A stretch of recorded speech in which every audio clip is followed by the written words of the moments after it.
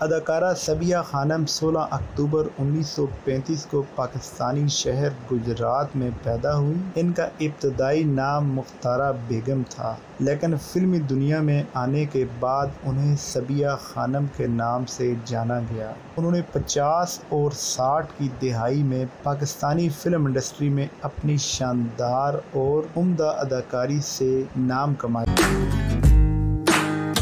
Pakistani film industry کی ماضی کی مقبول ترین اداکارہ صبیہ خانم امریکہ میں انتقال کر گئی ہیں۔ ان کی وفات پر پاکستان کی فلم انڈسٹری میں غم کی فضا طاری ہے اور ان کے چاہنے والے ان کی انتقال پر تعزیت کا اظہار کر رہے ہیں۔ پاکستان کی فلم انڈسٹری پر 2 عشروں تک راج کرنے والی لیجنڈ اداکارہ 85 سالہ صبیہ خانم شوگر، بلڈ پریشر اور گردوں کے مرض میں مبتلا تھی۔ وہ کئی برس پہلے اپنے شوہر سنتوش کمار کے انتقال کے بعد اپنے بچوں کے ساتھ رہنے کے لیے امریکہ منتقل ہو گئی تھی۔ وہ ان دنوں امریکہ کے علاقے ورجینیا میں مقیم تھی جب مختار بیگم صبیہ خانم بنی۔ صبیہ خانم کو ان کی بہترین اداکاری پر متعدد بار ایوارڈ سے نوازا گیا۔ ان کو کئی مرتبہ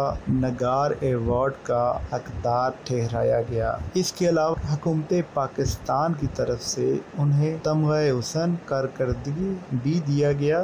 بہت سے فلمی ماہرین کے نزدیک انہیں پاکستان کی پہلی سپر ہیروئن ہونے کا اعزاز بھی حاصل تھا۔ اداکارہ صبیہ خانم 16 اکتوبر 1935 کو پاکستانی شہر گجرات میں پیدا ہوئی۔ ان کا ابتدائی نام مختارہ بیگم تھا، لیکن فلمی دنیا میں آنے کے بعد انہیں صبیہ خانم کے نام سے جانا گیا۔ انہوں نے 50 اور 60 کی دہائی میں پاکستانی فلم انڈسٹری میں اپنی شاندار اور عمدہ اداکاری سے نام کمایا۔ 1960 کے دہائی میں صبیہ خانم پاکستانی فلم انڈسٹری کی معروف ترین اداکارہ تھی۔ ان کی بہترین فلموں میں وعدہ، پاسبان، شیخ چلی، 7 لاکھ، گمنام، دیوانہ، آس پاس، سسی، سوہنی، چھوٹی بیگم خاتم، آج کل، مکھڑا، عشق لیلا، محفل، پرواز،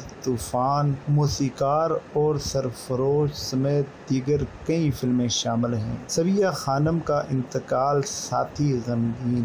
گفتگو کرتے ہوئے پاکستانی فلم انڈسٹری کے ممتاز ڈائریکٹر الطاف حسین نے بتایا کہ صبیہ خانم کی وفات سے پاکستان کی فلم انڈسٹری کا ایک سنہری باب ختم ہو گیا ہے۔ الطاف حسین کے مطابق صبیہ خانم نے ان کی کئی فلموں میں کام کیا تھا۔ یہ ان کے کیریئر کی آخری دنوں کی بات ہے جب بطور ہیروئن نہیں بلکہ ماں کے کردار نبھایا کرتی تھی۔ ان کے مطابق صبیہ خانم کی اداکاری کی سب سے اچھی بات ان کی بے ساختگی اور فطری پن تھا۔ ان کے بقول صبیہ خانم نور جہاں اور منور ظریف جیسے لوگوں کی صف میں شمار کی جاتی تھی جن لوگوں کا خلا کبھی پورا نہیں ہوتا۔ الطاف حسین کہتے ہیں، میرے خیال میں وہ پیدائشی طور پر اداکاری کا رجحان رکھتی تھی۔ وہ اداکاری کرتے ہوئے اپنی ذات کو الگ رکھ